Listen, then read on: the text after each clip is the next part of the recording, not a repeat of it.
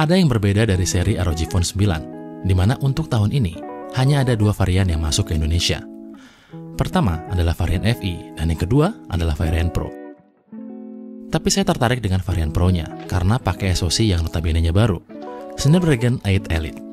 Sedangkan versi FE-nya pakai hardware tahun lalu, yang mana secara performa harusnya nggak terlalu beda.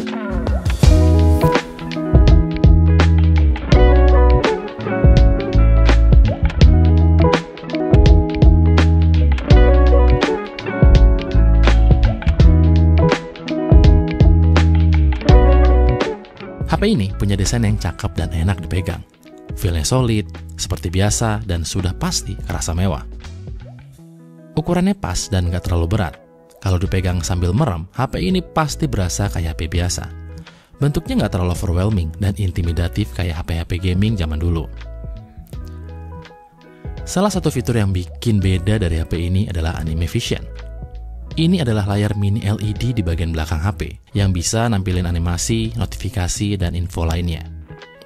Ada 2 warna di Anime Vision ini, warna putih dan warna merah. Kita bisa atur tampilan Anime Vision sesuai keinginan kita. Selain itu, ada 2 port USB Type-C, enak buat ngecas sambil main game dalam posisi landscape. Dan ada fitur baru bernama Anime Play. Jadi, kita bisa main game di layar belakangnya ini. Gamenya tuh kayak game-game retro gitu, lucu deh. Walau saya nggak tahu ya, ini buat apaan. Secara keseluruhan, saya suka sama desain HP ini, walaupun sebenarnya sedikit membosankan ya. Karena kalau kita perhatikan, garis desain dari HP ini masih mirip dengan seri sebelumnya.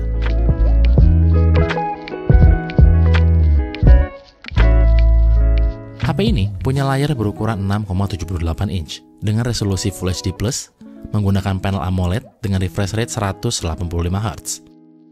Panel AMOLED-nya sudah berjenis LTPO, yang artinya dia mendukung adaptive refresh rate, mulai dari 1 Hz sampai 185 Hz. Brightness layar HP ini juga cukup tinggi, ada di 2500 nits. Layarnya udah support HDR10. Untuk kualitas, saya suka warna yang keluar dari layar HP ini. Kinclong, cerah, kontras tinggi, khas layar AMOLED. Dan soal responsivitas, bisa dipastikan ini adalah salah satu layar dengan responsivitas yang terbaik.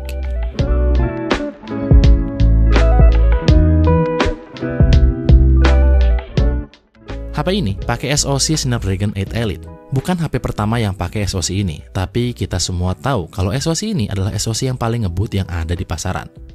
Angka-angka yang didapat dari aplikasi benchmark sintetis juga kayak mentok rata kanan. Untuk Geekbench, dia dapat 2988 di single core dan 9208 di multicore. Untuk performa single core, SoC ini masih kalah dibandingkan Apple A18 Pro-nya iPhone 16 Pro Max. Tapi untuk multicore, Snapdragon 8 Elite ini lebih ngebut. Untuk AnTuTu benchmark, HP ini dapat angka yang tinggi.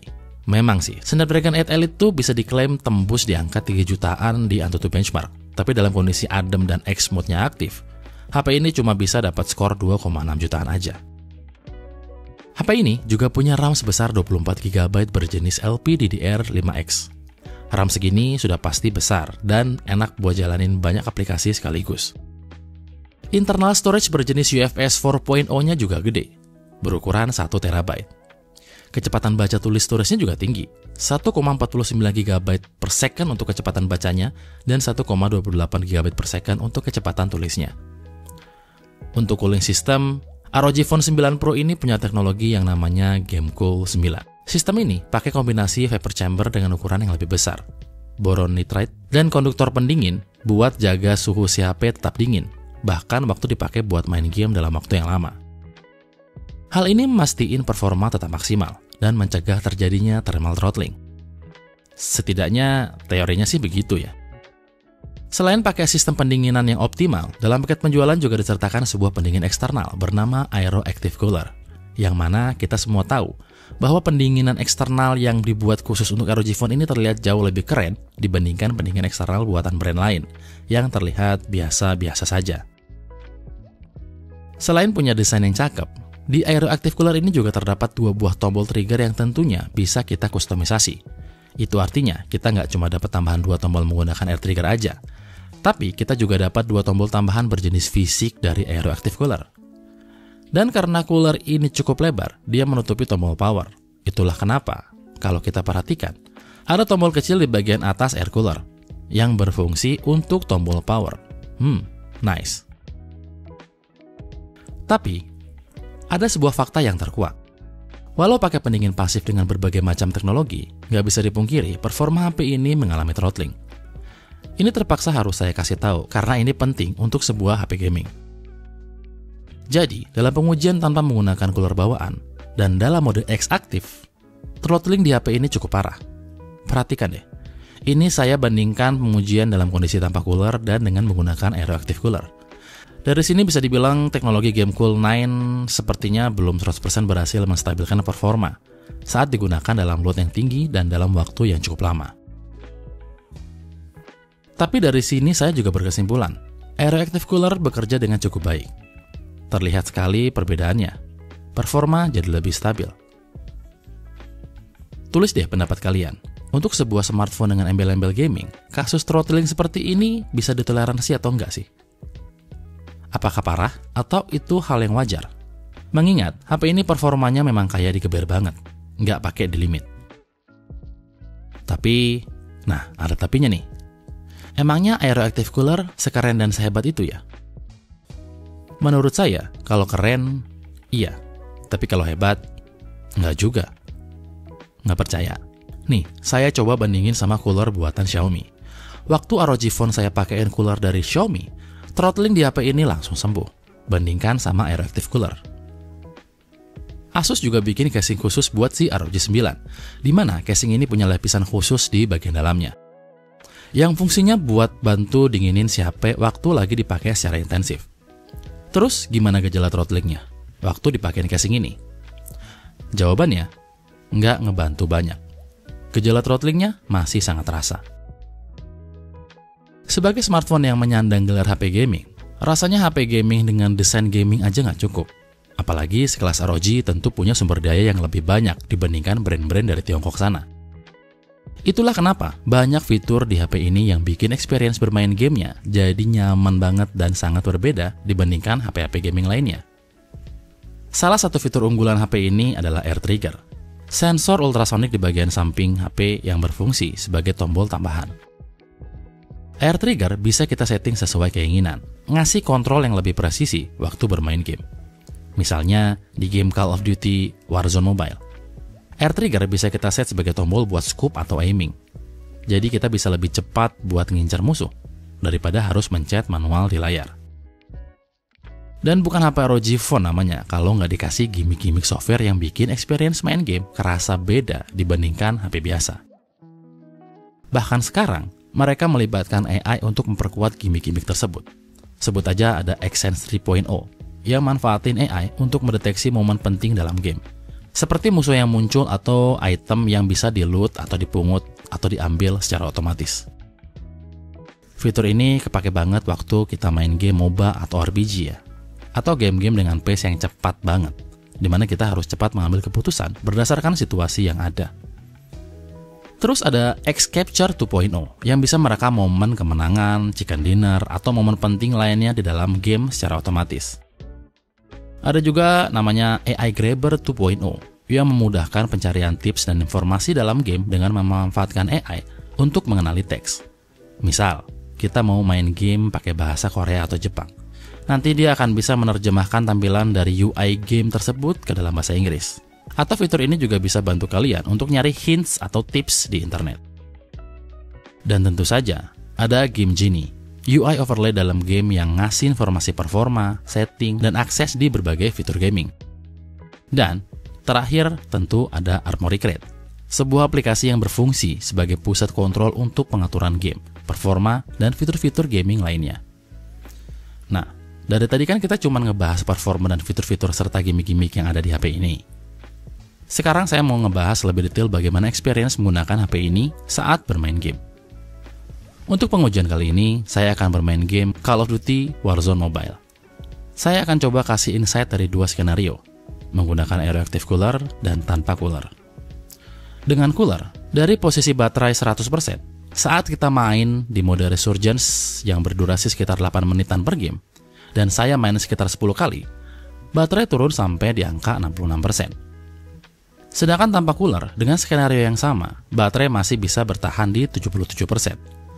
Ini membuktikan si cooler ini cukup nyedot si baterai.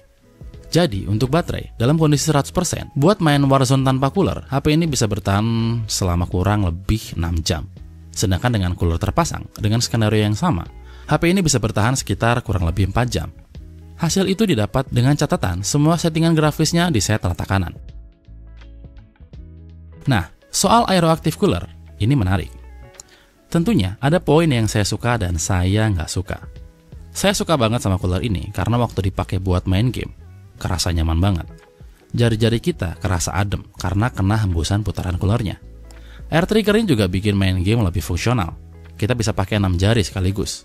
Cara pasangnya juga gampang dan eye-catching banget. Apalagi kalau dipakai di tempat umum. Menarik perhatian sekali. Cocok banget buat kalian yang mau flexing. Astagfirullah, bulan puasa. Nggak boleh sombong. Sedangkan yang saya nggak suka dari cooler ini tentu saja berat. Tangan saya jadi sangat capek waktu pakai cooler ini. Setelah main kelamaan pakai coolernya, ligamen tangan dan jari kayak sangat-sangat capek. Menurut saya, pakai cooler ini sebaiknya jangan lama-lama. Walaupun tombol-tombolnya dibuat mirip dengan joystick konsol, tapi tetap nggak senyaman dan seergonomis joystick di konsol. Jujur, saya justru lebih nyaman main tanpa cooler, karena menurut saya, panasnya masih bisa ditoleransi, atau bahkan tergolong adem. Jauh banget kalau dibandingin sama Zenfone 11 Ultra. Karena saya kalau main game bisa berjam-jam, dan pakai cooler ini bisa dipastikan nggak nyaman. Walaupun dia bisa ngasih tambahan 2 trigger, saya tetap ngerasa nggak nyaman ya. Kecuali kalau mainnya cuma sebentar. Kayak 1 atau 2 games Battle Royale aja. Atau 2-4 mouse speed mode. Mungkin itu nggak akan jadi masalah. Tapi kalau mau main dengan durasi yang lebih lama sampai berjam-jam, saran saya mending nggak usah pakai cooler aja. Satu yang saya suka banget sama HP ini adalah gyronya itu bagus banget. Buset. Buat yang selalu pakai gyro waktu main game FPS, percaya sama saya, gyronya juara banget ya. Vivo X200 Pro dan Samsung Galaxy S25 Ultra saya nggak bisa ngelawan.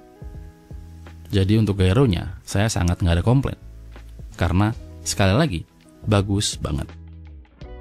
Saya berkali-kali bilang, kalau saya nggak terlalu nyaman main dengan air trigger di HP-HP ROG terdahulu.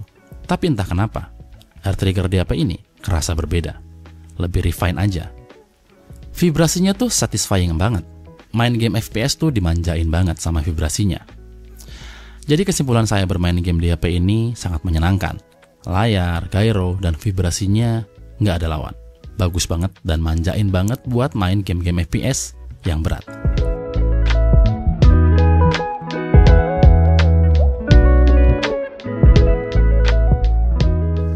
Untuk baterai, HP ini punya baterai berkapasitas 5800 mAh. Baterai di HP ini diklaim awet. Dalam pengujian real time, HP ini ternyata cukup awet baterainya. HP ini juga udah support fast charging hypercharge 65 watt yang bisa ngisi baterai dari 0 sampai 100% dalam waktu 50 menit aja. Dan tentu saja, HP ini juga sudah support wireless charging dengan input maksimal 15 watt. Lanjut ke fitur, HP ini bisa dibilang lengkap. Seperti in-screen fingerprint optical, accelerometer, gyroscope, proximity sensor, GPS, dan kompas. Untuk konektivitas juga lengkap, mulai dari Wi-Fi 7, Bluetooth 5.4, dan NFC. Untuk audio, saya yakin kita semua sepakat kalau audio di HP ini sangat bagus. Ada dual stereo speaker sampai jack audio 3,5 mm. Dan ada satu hal yang unik dari casing HP ini, di mana casing bagian bawahnya punya chamber khusus yang bikin suara yang keluar dari bawah speaker akan mengarah ke depan. Jadi, waktu dipakai buat nonton film atau bermain game, suaranya kerasa lebih keras dan lebih enak. HP ini juga udah punya sertifikasi IP68, yang artinya dia sudah tahan terhadap air dan debu. Untuk software, HP ini pakai sistem operasi Android 15 dengan tampilan ROG UI. ROG UI ini punya tampilan yang beda dari yang lain, dengan icon dan font yang terasa sangat gaming sekali. Dan kamu bisa ubah-ubah tampilannya juga. Kamu bisa ganti tema, wallpaper, efek animasi, dan lain-lain, biar HP kamu semakin personal. Dan seperti HP-HP lain, ROG Phone juga tidak absen untuk menghadirkan fitur-fitur berbasis AI. Sebut aja ada AI Call Translator buat terjemahin percakapan telepon secara real time. Terus ada AI Transcript buat nulis rekaman suara jadi teks dan langsung dibikin summary-nya. Dan terakhir ada AI Wallpaper yang bisa bikin wallpaper unik dengan bantuan AI. HP ini memiliki sistem 3 kamera di bagian belakang. Dengan setup kamera utama 50 megapiksel dengan sensor Sony Lithia 700 dan sudah punya OIS. Terus kamera ultrawide 13 megapiksel, dan terakhir ada kamera telefoto 32 megapiksel. Setup kamera ini sebenarnya sederhana, karena sepertinya Asus memang tidak terlalu berusaha terlalu keras untuk bikin kamera di HP ini jadi bagus. Terlihat dari setup kamera yang terasa biasa saja. Dalam kondisi terang, fotonya cukup bagus, detailnya sangat kaya, pokoknya tajam banget. Warnanya juga saya suka. Kualitasnya lebih bagus dari HP-HP mid-range kebanyakan. Dynamic range-nya juga oke. Untuk point and shoot, kamera di HP ini cukup enak.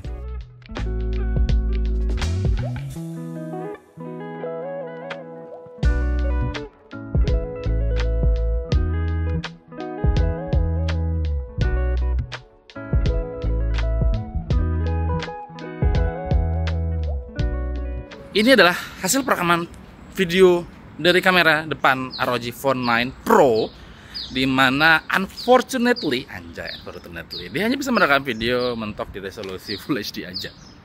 Handphone flagship tapi cuma bisa Full HD di kamera depannya. Apakah ini sesuatu hal yang bisa diterima? Kalau saya pribadi nggak bisa diterima ya, karena bagaimana ya flagship rasa mid-range. Pengennya sih harusnya bisa 4K di kamera depan gitu, tapi ya sudahlah. Tapi untuk kualitas menurut saya bagus, walaupun resolusinya Full HD, tapi seperti yang kalian lihat kualitas kamera depan untuk videonya bagus. Wah asik, kita ke kebun. Jadi itu yang sangat disayangkan ya, karena hanya bisa merekam video mentok di resolusi Full HD aja gitu.